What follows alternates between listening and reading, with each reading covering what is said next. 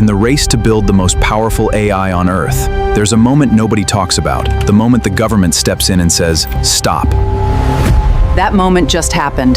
This is the story of how two of Anthropic's most advanced AI models were pulled off the global stage overnight, and the high-stakes deal now racing to bring them back. It started 2 weeks ago. The US government barred access to Fable and Mythos 5. Anthropic flipped the switch, disabling global access. Then, it sat down at the table. The reason?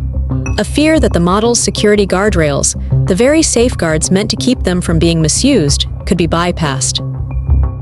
Anthropic's response was immediate and drastic. Rather than risk it, the company flipped the switch and disabled global access to both systems. Then it sat down at the table with the Trump administration.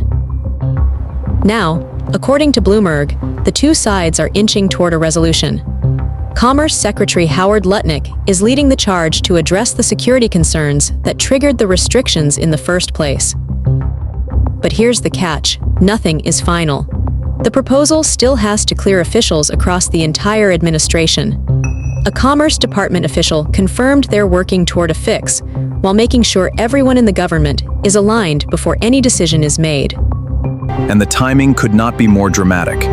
This intervention landed just weeks after Anthropic confidentially filed for an IPO, one of the biggest company's operations. And Anthropic isn't alone.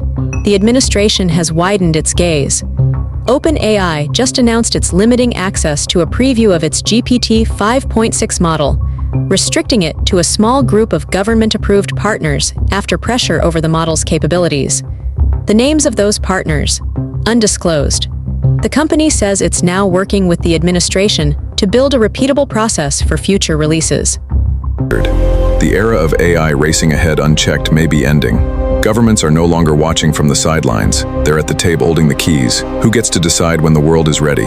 Follow, because when Fable and Mythos come back online, you're gonna want to know first.